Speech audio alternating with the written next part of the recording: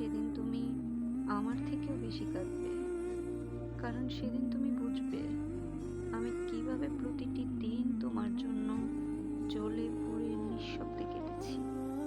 বুঝবে ভালোবাসা শুধু মুখে বলা নয়, প্রতিটি নিঃশ্বাসে যাকে ধারণ করা যায়।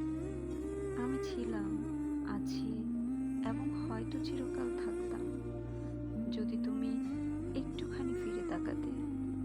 তুমি ভুলে গিয়েছিলে আমিও মানুষ, আমারও অনুভব আছে, কষ্ট হয়, ভেঙে পড়ি। আমি শক্ত ছিলাম কারণ তোমাকে ভাঙতে দিতে চাইনি। কিন্তু একসময় শক্ত মানুষও ক্লান্ত হয়ে যায়।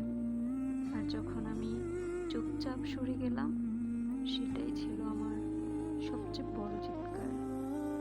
হয়তো এখন তুমি হাসছো, নিজের পথে চলছো, ভাবছো আমি তো হারিয়ে গেছি।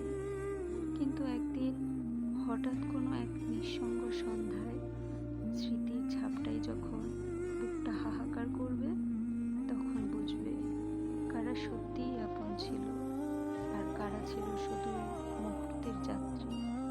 তখন তুমি আমার নাম নিতে সাহস পাবে না, কারণ তোমার চোখের জলে সেই নামটা ভেসে যাবে।